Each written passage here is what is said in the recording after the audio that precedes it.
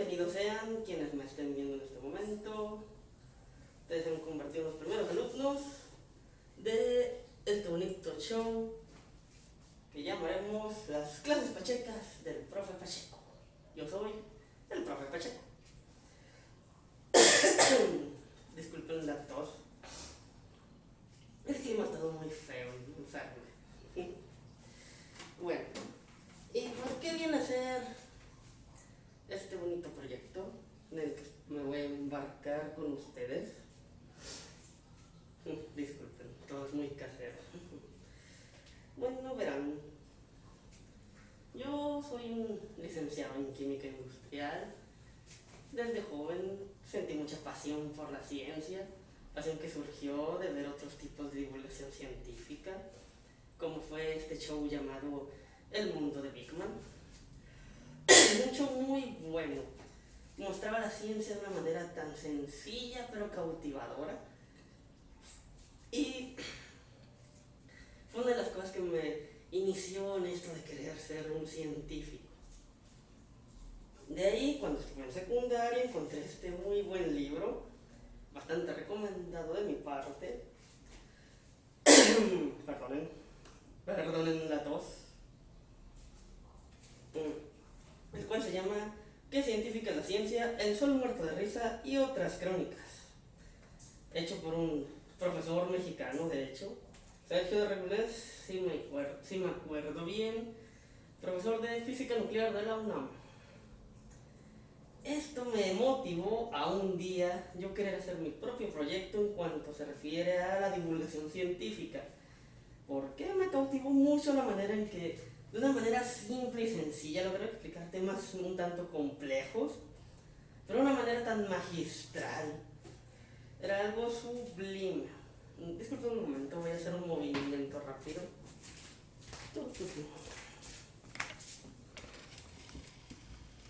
Como mencioné, detalles y dificultades técnicas surgidas de que esto sea tan casero. Bueno, recapitulando, nos quedamos en qué científica la ciencia. Ok, como mencionaba, disculpen, como mencionaba, este libro fue una buena inspiración para decirme yo un día haré algo que permita que el mundo conozca lo que es la bella ciencia.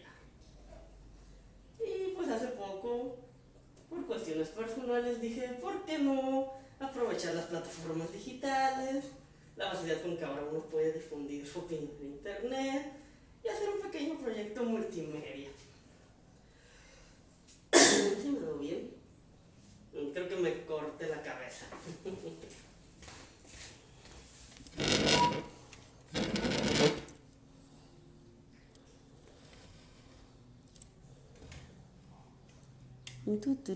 Veamos. ¿Tengo una nueva cabeza?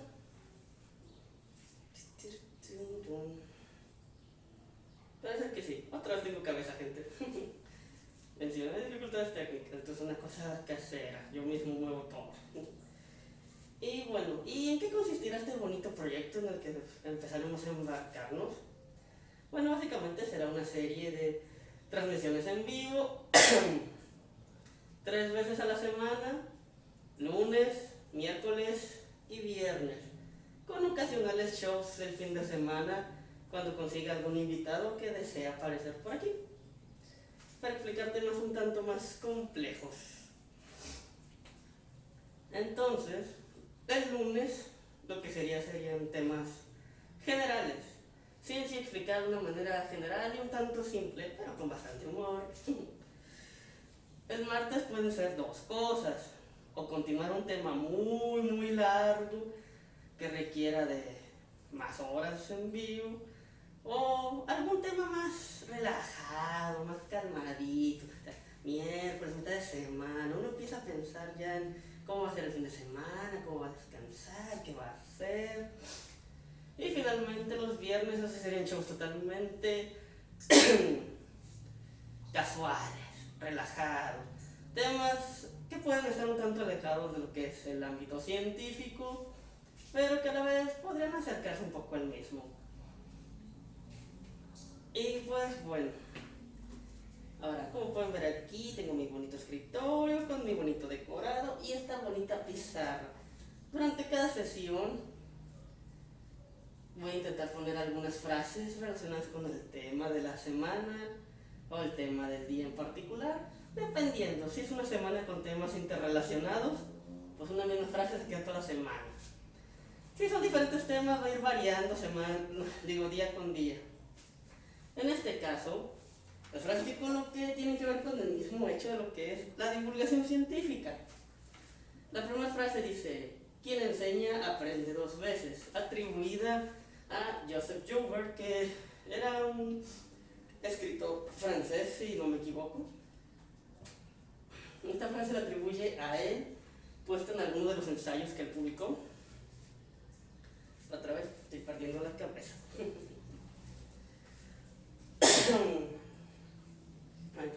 Y pues que tiene un mensaje muy simple pero muy profundo. Aquel que le enseña a alguien a realizar otra cosa, lo vuelve a aprender. ¿Por qué? Es la mejor manera de aprender algo, mostrándole a alguien más cómo lo haces. Y aparte, ¿quién no sirve para enseñar? No sirve para muchas cosas en esta vida. La segunda es: no explicar la ciencia me parece algo perverso. Cuando estás enamorado, se lo quieres contar al mundo. Frase atribuida a uno de los mejores divulgadores científicos de la historia de la humanidad, el señor Carl Sagan, conocido astrónomo. Esto demuestra mucho el punto principal de lo que es divulgar la ciencia. Porque la ciencia está relacionada con todo lo que existe, todo. El que tengamos el internet, nuestro auto, la cervecita que nos echamos un fin de semana. Todo tuvo que venir del pensamiento de alguien que buscó cómo funcionaba, que captó las ideas, las mezcló, se le ocurrió de que, si tomo esto y tomo aquello, va a surgir esto otro y ¡pum! Se crea la civilización. Bueno, y para el día de hoy mi tema va a ser precisamente qué es la química, mi profesión. Como mencioné anteriormente, yo soy licenciado en química industrial. Entonces, iniciemos pues con esta pequeña sesión. Si me disculpan, me sentaré un momento porque estoy con algunos kilos de más, así que me cansa a veces de estar de pie. Entonces, ¿qué es la química? Si nos vamos por una definición de cajón, una definición que darían muchos profesores, es que esta es la ciencia que estudia la constitución, transformación e interacciones de la materia. Una definición un tanto más sencilla, más bonita, y que viene en un texto. Perdón, esta cosa pesado. En un texto que algunos de mis maestros llamaban la Biblia del Químico, Química de Raymond Chang.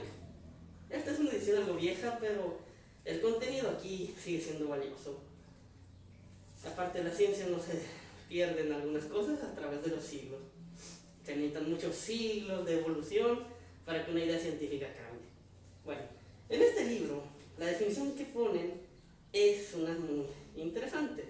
Simplemente dice: la química es el estudio de la materia y su transformación, cómo cambia. Lo cual viene muy de la mano, precisamente, con algo que viene aquí. El autor, por ser de origen chino, obviamente buscó cómo relacionar esto con su cultura. Y nos colocó el ideograma, que significa química, o que se utiliza para definir química en chino. Disculpen si el trazo no me sale igual. Trataré de ser lo más exacto posible.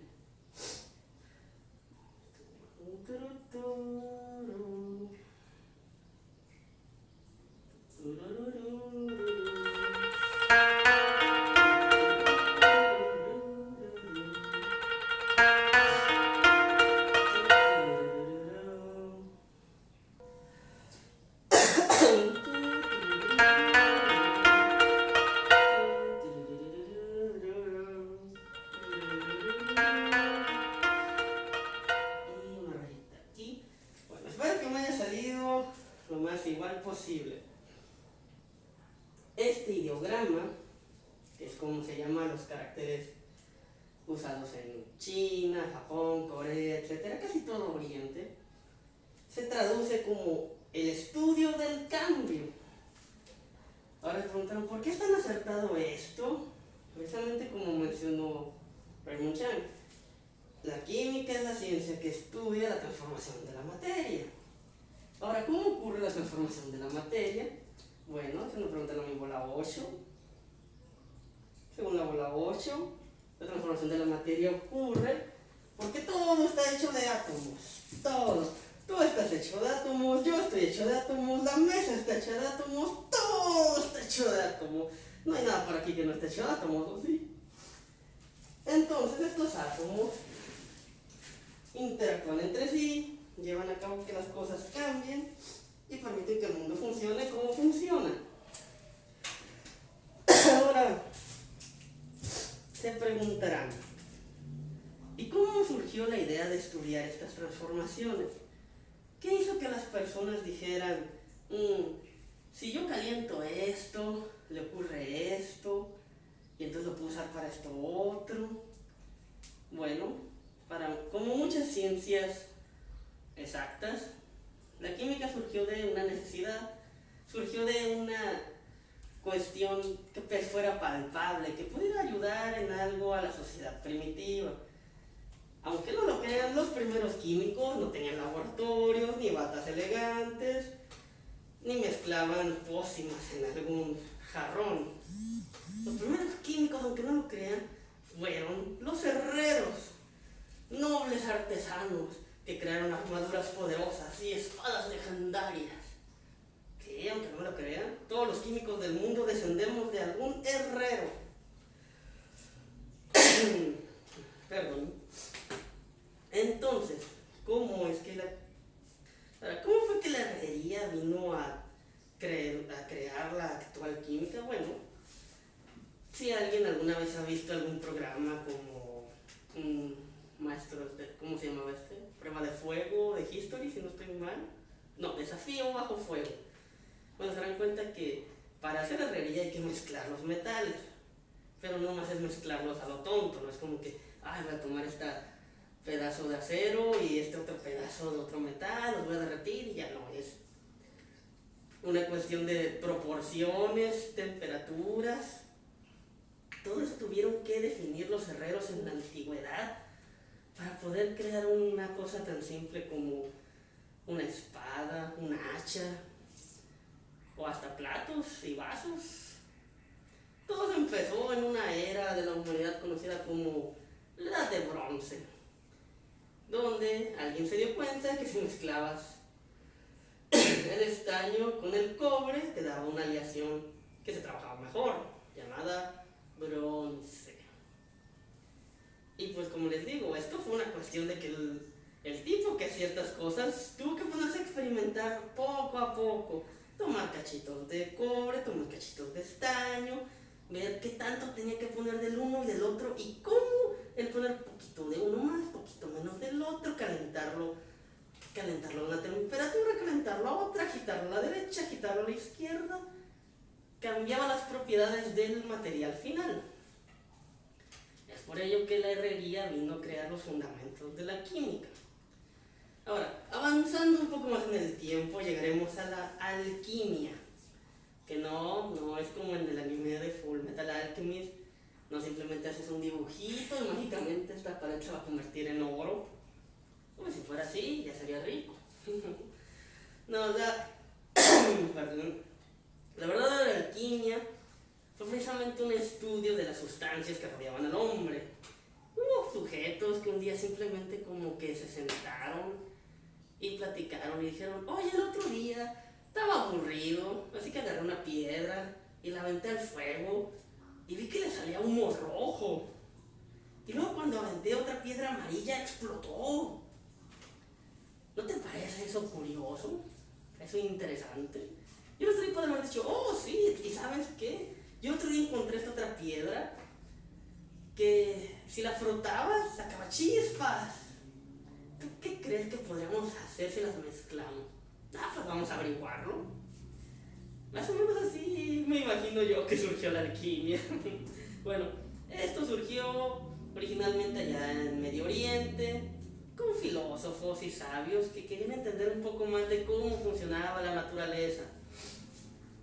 Entonces, estos sujetos se reunían, practicaban diferentes cosas, le mostraban a los otros sus experimentos, y ahora se dirán, ¿cómo es que esto derivó en la química? Pues en todo. Como dijimos, química es el estudio del cambio de la materia, el estudio de la transformación de la materia. Y pues los alquimistas querían entender eso, cómo es que las cosas cambiaban al hacerlas reaccionar entre sí, o al calentarlas, o al triturarlas. Y no solo eso, la alquimia viene de una palabra árabe, que si no estoy mal, se escribe alquimilla.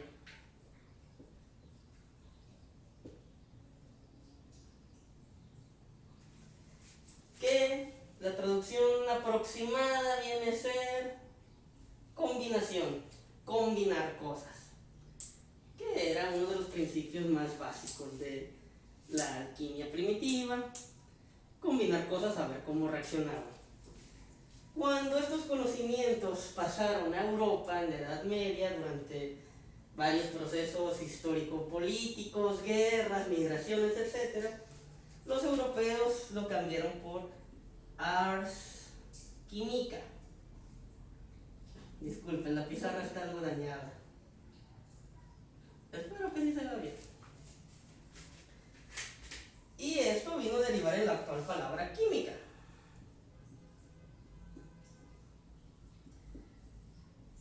Así que hay que agradecerle a los árabes porque exista mi noble profesión.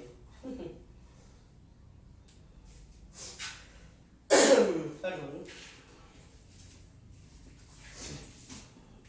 Déjenme mover mi pizarrita. Y entonces, una vez que los conocimientos de la alquimia llegaron a Europa, pues los alquimistas le quisieron dar un propósito más místico. Por algo tenemos la imagen del mago Merlín, rodeado de vapores, rayos, su sombrero picudo. Fue precisamente porque, poniéndole ese aspecto medio místico, lograban convencer a aristócratas, reyes, señores feudales, gente de bar, pues, que les permitiera pagarse los estudios que hacían de las diferentes materias y los diferentes materiales y ver cómo reaccionaban. Y por eso es que uno de los objetivos más famosos y conocidos de entre los alquimistas y en la cultura popular es que los alquimistas buscaban crear la piedra filosofal, una piedra que según ellos las propiedades místicas que tendría generaría un elixir que daría vida eterna y cambiaría cualquier sustancia en oro. Obviamente hay algunos que dicen que esto era como que realmente una malinterpretación de cuestiones filosóficas. O sea, que no era de que literalmente iban a tomar una piedrita, luego iban a tomar, no sé, plumón, lo iban a tocar y pum, se iba a hacer oro. Sino que en realidad a través de la búsqueda del conocimiento, ellos mismos se iban a volver como el oro, algo de enorme valor, noble, perdón, que genera respeto entre la sociedad. Otros dicen que solo eran locos avariciosos. Todo depende de la interpretación de cada quien. Bueno, de ahí lo que seguiría, sí, me acuerdo bien, perdón, la historia de la química es un poco larga. Bueno, ya sería pues brincarnos un poco a cuestiones un tanto más modernas. Sería brincarnos un poco a ver como el siglo, ¿qué sería? El siglo XVII, si no estoy mal, 17, 18, te lo confirmo. Bien, con mis notas sería el siglo XVII, con la denominada teoría del flogisto. Bueno, se preguntarán qué es la teoría del flogisto. Bueno, en los primeros inicios de la química, la gente intentaba entender Entonces hubo algunos científicos que querían explicar cómo se quemaban las cosas. ¿Por qué? Porque todo el mundo quema cosas para calentar su comida, para alumbrarse, o simplemente para hacer una fogata. Bueno, perdón. Y entonces, ¿qué venía siendo lo del flojisto? Bueno, en aquellos entonces se pensaba que las materias estaban compuestas por dos componentes, las cosas que se quemaban, que uno vendría siendo el flojisto, y otro sería el material no flogistado. Suena muy estúpido a veces cuando dices la palabra, es como que flojisto, suena más a flojo. Bueno, el punto es que las personas que defendían esta teoría eran un químico apellido Bercher y el mayor difusor George Stahl, un alemán, si no me equivoco. Este fue el hombre al que se atribuye la teoría del flojisto, aunque pues realmente él fue el que dijo, esta teoría está interesante, la voy a difundir entre mis conocidos. Y como muchas veces pasa, quien lo menciona y lo difunde es a quien se le atribuye la idea. Es como con la llegada a la luna, todo el mundo habla de Neil Armstrong, de Buzz Aldrin, porque ellos pisaron la luna, pero nadie habla de los científicos que hicieron el cohete, o de las programadoras que generaron todos los cálculos para que la misión Apolo pudiera llegar sin problemas. El punto es que George Stahl fue quien más defendía esta teoría, que básicamente era eso. Si tú quemabas algo, desprendía el flogisto, y eso es lo que generaba el calor y el fuego, y lo que quedaba sobrando de la combustión era el material no flogistado. De hecho, durante la época en la que la teoría del flogisto era la predominante entre los conocedores de las ciencias, se descubrió el oxígeno, pero al oxígeno se le llamó gas desflogistado.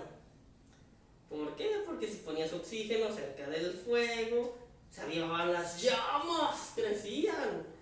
Así que lo que pensaban era, esta cosa no tiene flogisto, así que hace que el flogisto, lo que estemos quemando, salga más fácilmente porque quiere pegarse a este gas.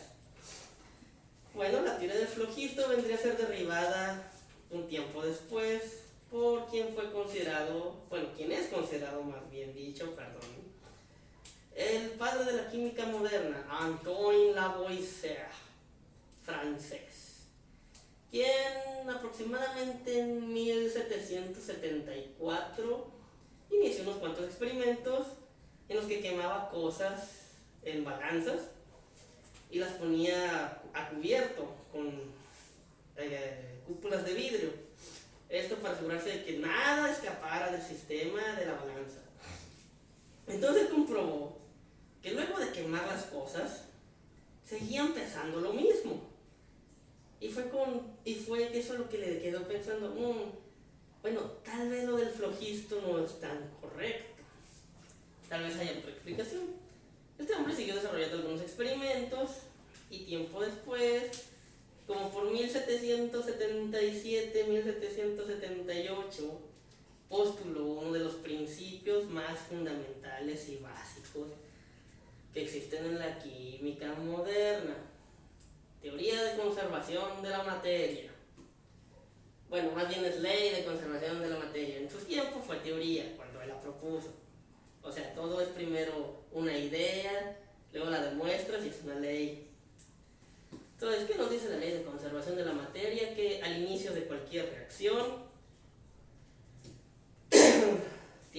si tienes X cantidad de materia, al final de esa reacción tendrás la misma X cantidad de materia. Porque la materia no se crea ni se destruye, solo se transforma. Entonces, con este principio tan fundamental, Lavoisier empezó a generar una corriente de transformación entre sus conocidos. Es como que otros científicos dijeron, si este tipo demostró esto, yo puedo tratar de hacer los experimentos y demostrar otras cosas. De hecho, la proporción, hay un dato muy curioso, entre los experimentos de Lavoisier estuvo el demostrar de que estaba compuesto el aire que respiramos.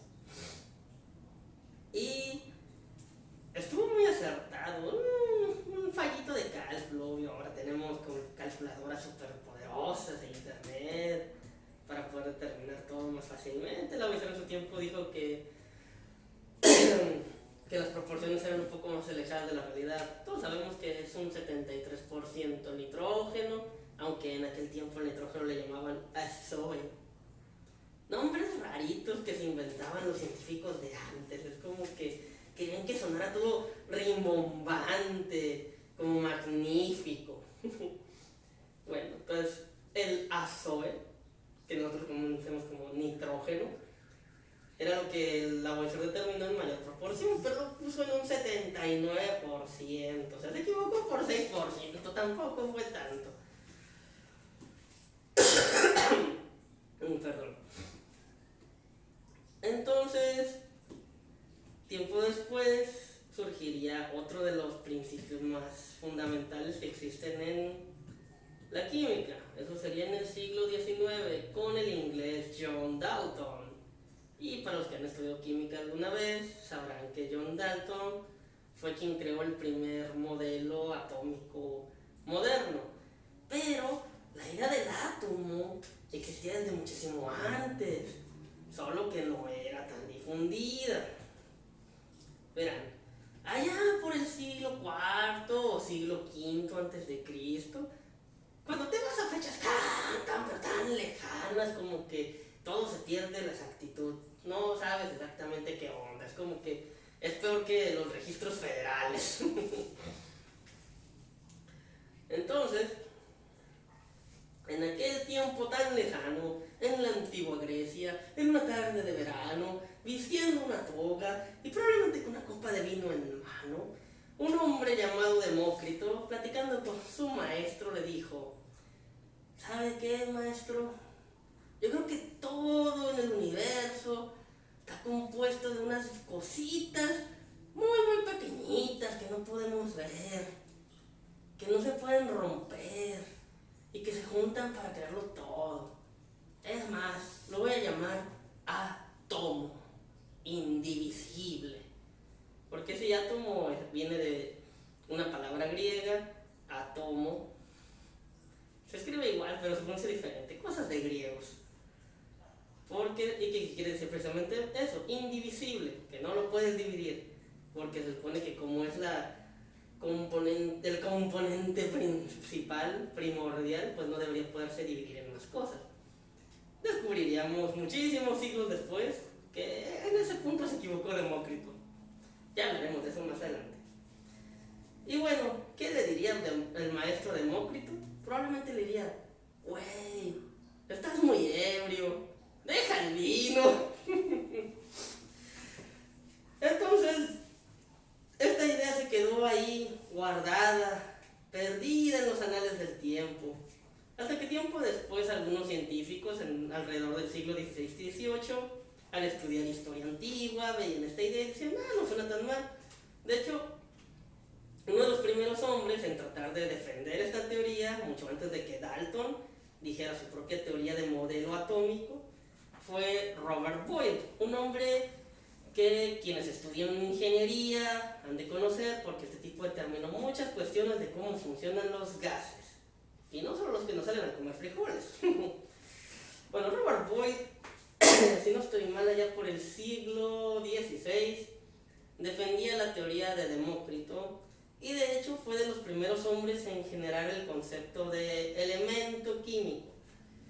O sea que alguna sustancia tenía que estar hecho de solo una cosa primordial, básica y que lo componiera todo. Bueno, regresando con Dalton, él, basándose un poco en las ideas de Demócrito, tal vez en las ideas de Boyle, dijo que un átomo era básicamente como una esfera, como mi bola 8, que me da todas las respuestas que necesito. Esta cosa es mejor que la Wikipedia. Entonces, Dalton decía que, que un átomo era como una esfera indivisible. una esfera que al combinarse con otras esferas iguales a ella, formaba la composición total de alguna cosa. Fue una idea muy simple, pero recordemos que era el siglo XIX, no había tantos avances, no se puede crear tanto como ahora. De las ideas de Dalton, tiempo después, muchos otros investigadores fueron añadiéndole cosas, pero a Dalton se le atribuye eso, la primera visión moderna del átomo. Tiempo después, como mencioné, sabríamos que el átomo no es indivisible, de hecho tiene partes. Todos conocerán, déjenme jalar esto,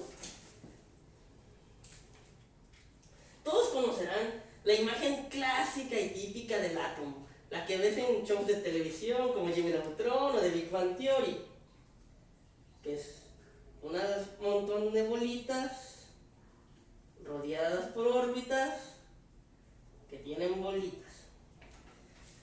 Bueno, esta imagen, que es la clásica actual del átomo, tardó muchísimos años en definirse.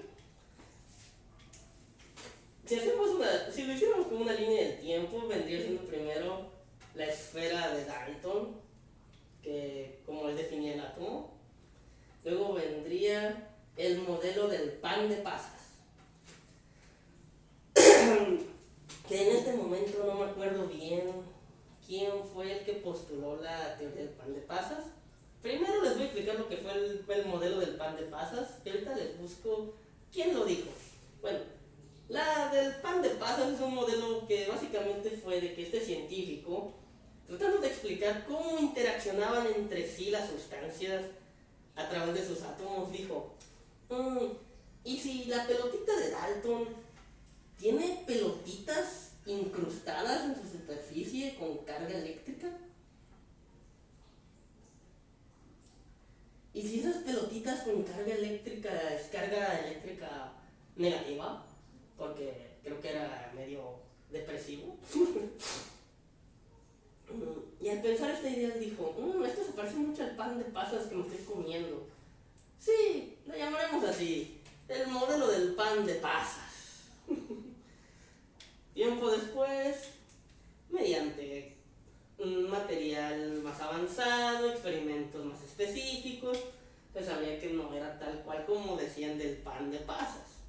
Sí había dos cargas en el átomo, una positiva en el centro, y una negativa en las otras partes externas, pero se asemejaba más al modelo que es el modelo clásico que todo el mundo se conoce. Thomson, gracias, genial, por fin un fanático. Era el modelo budín de pasas de Thomson. Muchas gracias, Extreme Forever, uno de nuestros primeros alumnos que tendremos en estas clases pachecas. Muy bien, entonces, este otro modelo fue propuesto en dos etapas. El modelo que todo el mundo conoce, por dos científicos que eran colegas. De hecho, uno era maestro del otro. A este modelo se le llama el modelo Rutherford-Bohr. Disculpen la música de mi ventana no aísla muy bien el química norteña. Bueno, Rutherford y Bohr, de manera un tanto independiente, consideraron que tal vez el átomo se asemejaba al sistema solar, con un centro alrededor del cual giraban las partículas de carga negativa, denominadas electrones, y que el centro tendría la carga positiva en otras partes, denominadas protones. No recuerdo si fue Rutherford o si fue Bohr el que después dijo, bueno, para que la carga se balancee, tendría que haber algo aquí que también tenga carga negativa, pero que a la vez tenga carga positiva. Y de ahí surgió el neutrón, que son los componentes de un átomo. Protones, neutrones y electrones. Cuando se definió que estas eran las partes de un átomo fue cuando Demócrito empezó a retorcerse en su tumba porque, no, el átomo no tenía que dividirse. Bueno, el protón tiene carga positiva, el neutrón tiene ambas cargas. positivo y negativo. Eso lo hace el neutro. Las cargas se cancelan. Y el electrón tiene carga negativa. Ahora, este modelo duró muchísimos años porque explicaba todo muy bien. Pero después vendría algo a lo que llamamos la cuántica, que vino a cambiar el paradigma de la ciencia en esos tiempos. De la cuántica y de su estudio se generaron unos números que permitieron asignar valores a propiedades de los átomos y permitió crear algo que es el modelo moderno de la visión del átomo, el cual se va a parecer un poco a esta mancha que dejé en el pizarrón, aunque no lo crean. Porque, bueno, la visión moderna del átomo es que el átomo es el núcleo, compuesto por sus protones y neutrones, y una nube. ¿Ven por qué les dije que se parecería al manchón? Bueno, ¿y de qué está hecha esta nube? Bueno, es lo que denominamos la nube electrónica. ¿Por qué es una nube? Bueno, cuando surgieron las teorías cuánticas, hubo un hombre muy asociado con los gatos, como este de aquí, este pequeño miau, llamado Erwin Schrödinger, que él dijo que los electrones no podías determinar exactamente su posición, sino que determinabas a través de la energía que tenían la posibilidad de que estén por ahí. Bueno, y desarrolló una ecuación matemática para definir esto. Es la ventaja que tuvo un poco la cuántica. Podías asignar valores muy fácilmente a las propiedades y generar modelos más exactos. Aunque también trajo muchas cuestiones y pleitos entre científicos. Einstein siempre tuvo pleitos con algunos defensores de teorías cuánticas. Pero esa es historia para otro rato. Entonces, se le denominó nube electrónica precisamente por eso, porque no podías decir exactamente como del modelo anterior, de que, bueno, va a estar dando vueltas aquí. No, decías, ok, puede estar en alguna posición dentro de esta cosa en forma de esfera, o en forma de óvalo, o en forma de flor. Que eso lo explicaré más adelante, por qué la forma de esfera, la de óvalo, la de flor. Porque si extiendo tanto la clase, los voy a perder y se me van a aburrir. Bueno, y pues ahí llegaríamos a lo que viene siendo uno de los puntos modernos de la química actual. Ahora, se preguntarán, bueno, todo eso suena muy bonito, la historia estaba interesante, escuché nombres de científicos, pero ¿para qué me sirve la química en mi vida? ¿Qué provecho le saco? ¿Cómo gano dinero con ella? ¿Me puedo emborrachar con la química? La respuesta a todo eso es sí. ¿Por qué? Bueno, pensemos por ejemplo en la industria energética. Todos necesitamos gasolina. Por ahora, tal vez en un futuro ya no. Bueno, para obtener gasolina se le tiene que hacer un tratamiento químico al petróleo. Ahora, todos nos enfermamos, ¿no es así?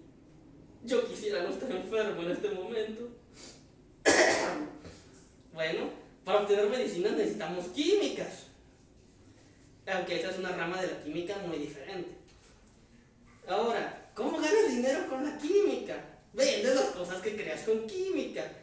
¿Y saben cuál es una de las empresas más grandes, más fructíferas y que más dinero tienen sus empresarios y dueños en los bolsillos, todo gracias al poder maravilloso de la química? La poderosa y adictiva industria de la Coca-Cola. Se quedaron pensando en la otra Coca, ¿verdad? Sí. Si no fuera por la gente que creó la fórmula moderna, actual y súper adictiva, llena de azúcar deliciosa de Coca-Cola, no sería una de las empresas más ricas de toda la historia de la humanidad. Así que, como ven, la química puede estar en todo. Y la química evoluciona constantemente. Cada cierto tiempo sale algún reporte de alguien que creó una nueva forma de crear energía, de conservar comida, un medicamento nuevo. Precisamente ahorita que está la crisis del coronavirus, se necesitan muchos químicos, farmacéuticos, biólogos, que trabajan en conjunto para entender cómo es que este virus funciona, nos afecta y cómo erradicarlo, o sea, cómo darle sus buenos puñetazos. Entonces, mis queridos alumnos, esa es la importancia de la química. Nos permite entender cómo el mundo funciona en su escala más pequeña, más simple. Sí, de hecho, Extreme Forever, la comida. Bueno, continuando con lo que mencionó este querido alumno, la comida es una de las industrias que de a fuerzas nunca va a desaparecer. Todos necesitamos comer o nos moriremos. Y de hecho existen varias formas de que la química estudia la comida. Una de ellas es los componentes que le brindan sabor a la comida, como diferentes tipos de ácidos, el ácido glutámico, el ácido inosínico, que es lo que le brinda ese sabor particular que tienen las cosas. También está la bioquímica de los alimentos, que está muy relacionada con los nutriólogos, que nos permite entender de qué está compuesta nuestra comida, cuánto tiene de grasa, de carbohidrato, de proteína. Me voy a poner mamado si como esto, me voy a poner todo gordo como su profe si como lo otro. Y el otro aspecto, pues es la conservación de la comida. Si no fuera por científicos que se pusieron a ver cómo la comida se pudría, no tendríamos actualmente el sellado al vacío, las latas, leche pasteurizada, no tendríamos refrigeradores simplemente, y la comida se nos echaría a perder todos los días.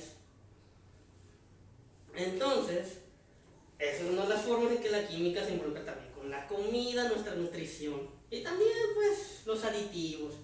Los famosos aditivos que le ponen a la comida y que hace que uno se enferme a veces porque abusa. Más si comes comida chatarra. O sea, si tú tomas una papa, es más, no tengo papas ahorita. Bueno, si tú tomas una papa frita de cualquier marca y la miras al sol, vas a ver que está llena de grasa.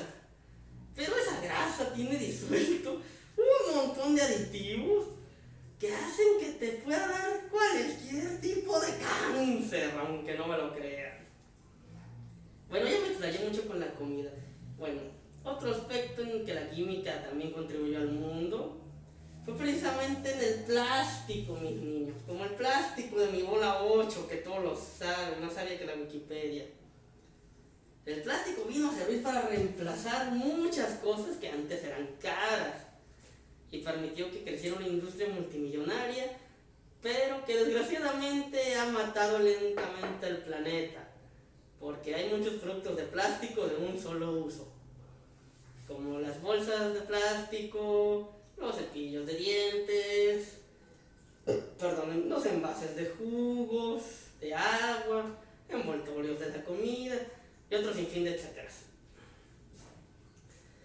Pero bueno, yo creo que hasta ahí, de aquí dejaremos esta bonita historia de cómo es que la química se relaciona con nuestras vidas y un poquito de cómo es la historia de la química y sus fundamentos más básicos. Pero bueno, no crean que va a ser la última vez que lleguemos a tocar uno de estos temas. Como les mencioné, algunos de estos puntos los vamos a explicar más adelante, probablemente en la clase general de los lunes, porque como mencioné al inicio del video, de la transmisión, discúlpenme, estoy muy acostumbrado a ciertos términos. Bueno, tendremos, permítanme borrar aquí, tendremos clases, mis niños, los lunes, los miércoles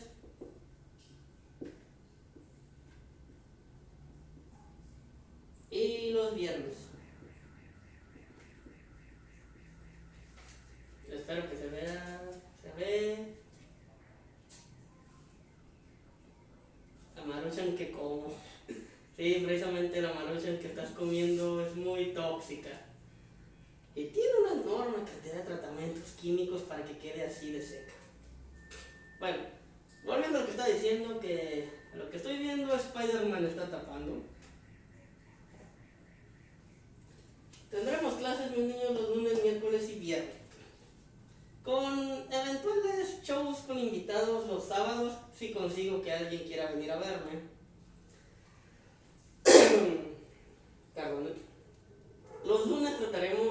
temas generales.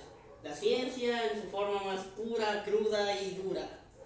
Los miércoles vamos a tocar o temas más ligeritos o continuar algún tema que fue demasiado pesado el lunes y tuve que dividir para ahorrar tiempo. Y los viernes van a ser cosas más casuales. De hecho, para quien me esté viendo, por ahí en el canal de Twitch está un enlace a la página de Facebook donde pondré una encuesta para decidir cuál será el siguiente tema del viernes. El del miércoles ya está definido, que de hecho va a ser un tema muy interesante, uno de los temas que más me gustan a mí, porque es un tema fuera de este mundo.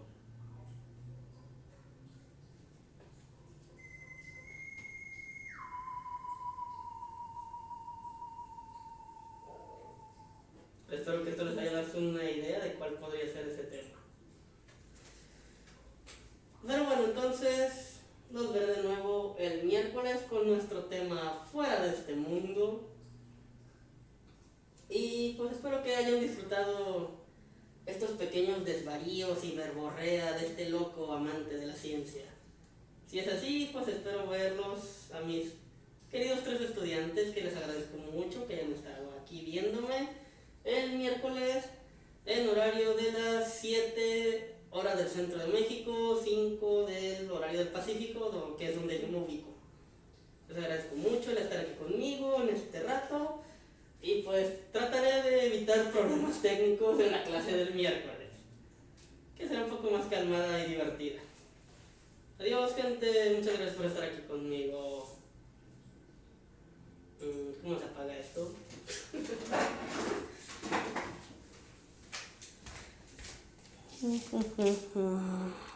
Aquí.